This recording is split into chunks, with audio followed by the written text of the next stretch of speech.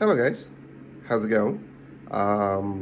This is another continuation of the boost converter that we already talked about in last two lectures. One is introduction, and the next one was sort of power staging, some of the important things. And I told you like we're gonna talk about a little bit in terms of inductor and like a caps. But remember one thing, even though I'm gonna show you some calculation, how to get an anticipation, like the estimation of kind of range of values of inductor that you can use, and also the cap input and output. But the thing is, like, you have to find it through the simulation, because when you do the simulation modeling through the LT linear tech or the TI, they have the model being in place in their simulation based on the IC you're going to use. So those are more accurate, and it'll give you like really good values. Anyway, so the the same thing, like the boost has a step up voltages, meaning your output voltage is greater than your input voltage, and at input output, like your input current usually greater than your output, because the power is basically a product of your voltage and current. So if you increase your voltage, your like your current should go down. That's what happened in your input side, like your output side, sorry. So the thing is, uh, take a look at the inductor selection. So this is basically a standard formula, like for pretty much every inductor that you wanted to use for boost topology, or like a boost converter, which is actually it's your input voltage times the difference between your output and input, so your delta V, like a differential, divided by the delta IL. We talked about in the last lecture, and I showed you the equation that you wanted to use, but that's actually the ripple current through the inductor, okay, times in the denominator your switching frequency and your output voltage. Usually the output voltage is your nominal voltage, okay? That exact the desired voltage you're gonna use, no range. The input, actually, since you have to consider like the max current through your inductor, so that input voltage actually your minimal input voltage. Remember we talked about like you have to have like a sort of range, like a max value and a minimum, like a minimum value in your input. Okay. This delta IL actually your ripple current through your inductor. Okay. You can choose by definition formula 0.2 or 0.4 times your maximum output current times the ratio of your output voltage divided by your input voltage. Oh, okay. Usually for that, this is less than 1, because we are talking about boost converter. Your output voltage is less than your input voltage, okay. But remember that output max is always like higher than what you anticipate. Why is that? Because this output current, the max current that you need to have at your output side, we will also have the ripple current through the inductor. So usually, if you think of your output current, that's actually your output current nominal plus delta IL.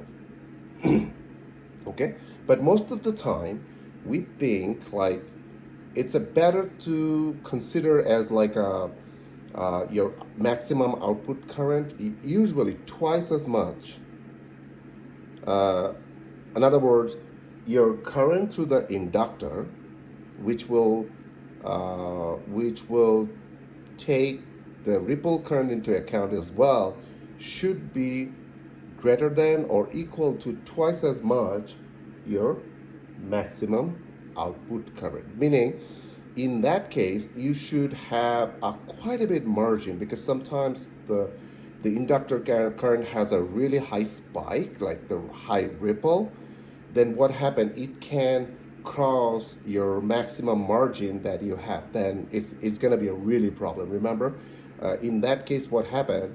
You have a core saturation and a lot of other stuff that you really don't want that. So that delta IL has to be in your calculation. But again, this is for your back of the envelope calculation. You do that and get an idea like, okay, this is the minimum value I should have. I cannot go down, below that. So when you have simulation values, and you can take a quick look at it and try to compare like, okay, where I stand.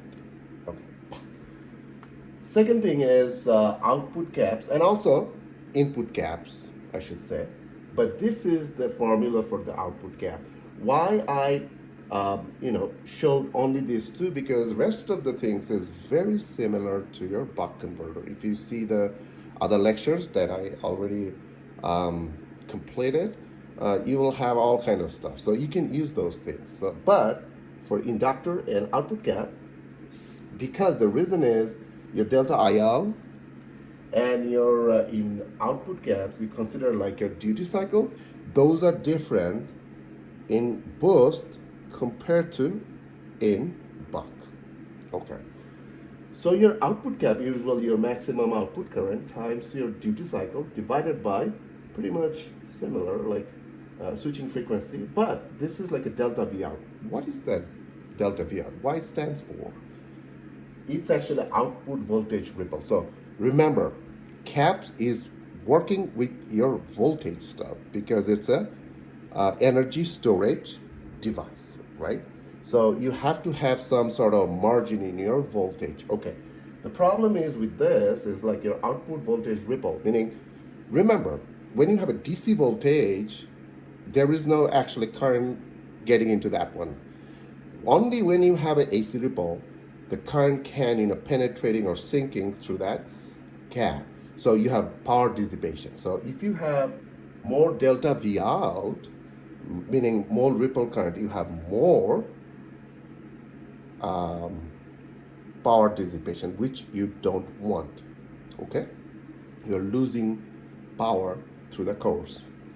Now, not only that, this is the minimum value that you have. So when you again, check your desired, like your simulation and all kind of stuff. That will give you the exact value and how many caps you need to use in your output side or input side, right? Okay, so this is a value that you can do some quick checking, but that's the minimum threshold. Okay, now you have to make sure this is gonna be low, this is gonna be high, those kind of things.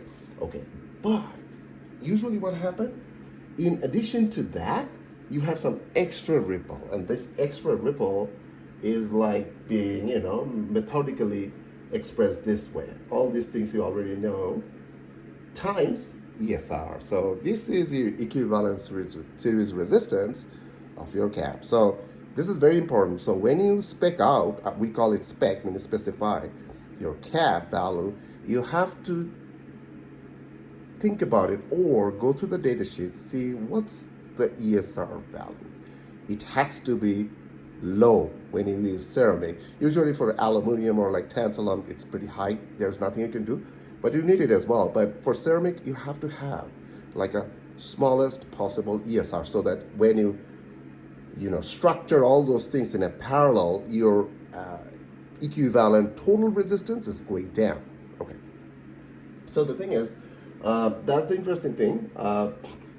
These extra delta V out, you have to include it into that part, meaning if you have some value, say 1 millivolt, and there is another 1 millivolt, but then you have to consider your ripple voltage to be 2 millivolt, okay? And based on that, you spec out your output caps value. That's very helpful to have a margin when you design all these things, okay? Because you never know when you have a EMI stuff or some sort of spike, when you plug in the source voltage, inrush current, a lot of things can happen, okay? Okay. One thing, whenever we consider cap, there's a derating, meaning your voltage that you consider, say your voltage is 63 volt, okay? But you won't get 63 volts. There's some derating because of a lot of issues. One of the things is when you have temperature rise or temperature change, there's a derating.